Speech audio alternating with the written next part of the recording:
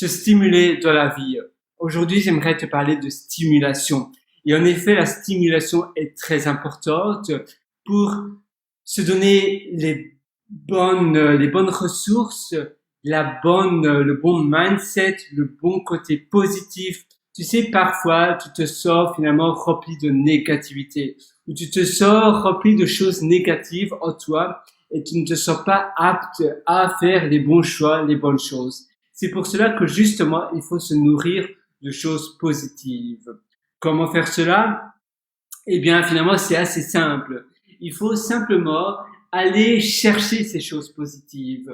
Ça peut être en côtoyant des personnes ultra positives, des personnes qui partagent la même valeur et la même, peut-être, le même mindset que toi, la même vision de voir les choses que toi. Ça, c'est la première et la plus facile des choses. La deuxième, c'est de consommer énormément de contenu vidéo, mais aussi de contenu audio, que ça soit des conférences, même des contenus en texte, que ça soit des livres, que ça soit des podcasts de personnes super positives.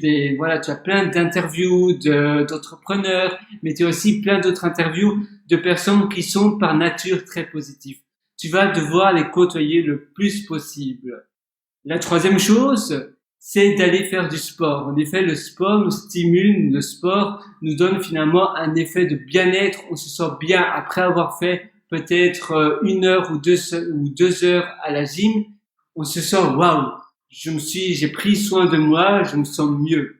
La quatrième chose, c'est de consommer de la nourriture saine. En effet, quand tu consommes de la nourriture bien pour toi, de la nourriture qui soit finalement équilibrée, par exemple des brocolis, ça peut être des épinards, ça peut être du chou-fleur ou d'autres choses, avec des pommes de terre vapeur, même de la purée si tu as envie, et autre chose, plus peut-être des protéines comme du tofu, mais du bon tofu, bon pour la santé, parce que tu as le bon tofu, le mauvais tofu. Tu dois vraiment prendre du tofu qui soit pas finalement trop industriel. Et puis après, ça peut être de la viande ou du poisson. Tu vas te sentir mieux que si tu vas au fast-food du coin, si tu vas, je ne sais pas, Denny's, Wendy's, tu sais, ces fast-food-là où c'est vraiment de la nourriture malsaine, de la nourriture vraiment mauvaise pour toi. Tu vas remplir finalement ton corps par de l'énergie négative. En effet, on devient ce qu'on mange.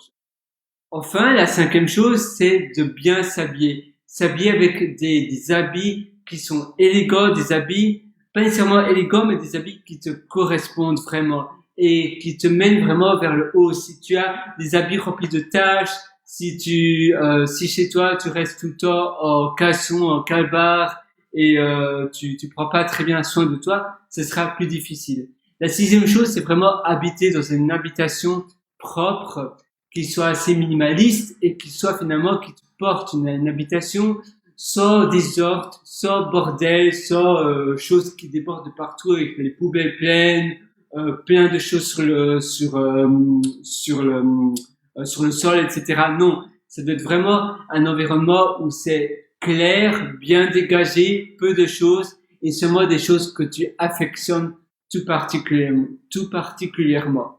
Et finalement, la dernière qui est aussi très importante, c'est d'écrire des choses positives, de penser à des personnes que tu as vraiment aidé leur aide ou bien essaie de voir le positif de certaines personnes. Il y a toujours du positif, tu peux toujours tirer du positif de n'importe quelle situation, mais aussi chez n'importe quel individu et tu vas écrire cela. Toutes les belles choses que tu trouves de cette personne. Par exemple, tu as un compagnon, une compagne, même si tu en as absolument marre de son comportement A, B ou C, eh bien, essaie de te forcer tous les jours d'écrire quelque chose que tu trouves que cette personne-là, ton compagnon, ta compagne, par exemple, fait bien. Tu vas écrire, waouh, j'adore quand elle fait cela. J'adore quand il se comporte de cette manière-là. J'adore cela chez lui, chez elle, etc., etc. Tu vas vraiment essayer de te focaliser vers le comportement positif de cette personne. Et là, ça va vraiment t'amener loin, ça va te permettre de te hausser et tu vas pouvoir te sentir plus serein, mieux dans ta peau et mieux pour le futur. Ça va vraiment t'aider pour, eh bien, pour justement le train-train quotidien, pour les interactions que tu auras avec cette personne. C'est super important. La même chose avec ta famille ou bien même avec tes enfants, tu peux le faire.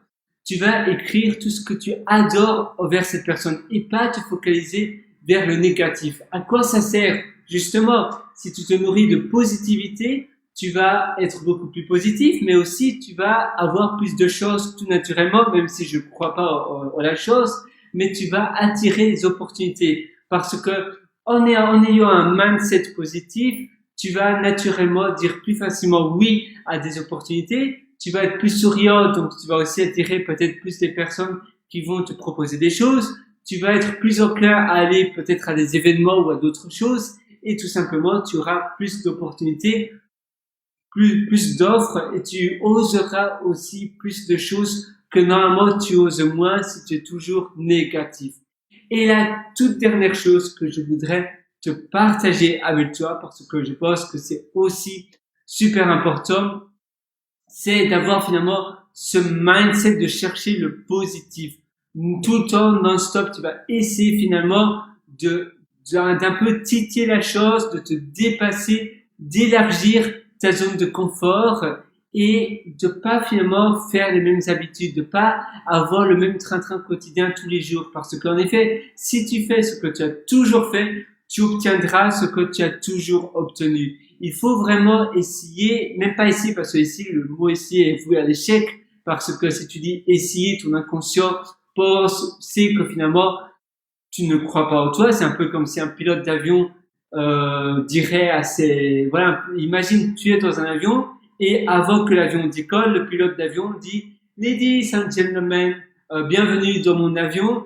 Je vais essayer d'atterrir à Cancun ou à une autre destination. Je vais essayer d'atterrir à Charles de Gaulle, par exemple. Eh bien, tout le monde aurait une peur bleue parce que waouh, essayer, ça veut dire qu'il n'est pas sûr. Eh bien, toi, c'est exactement le même message que tu fais passer à ton inconscient. Donc, tu dois vraiment te dire, voilà, moi aujourd'hui, je vais faire des choses qui me font peur, mais au moins, je vais me dépasser.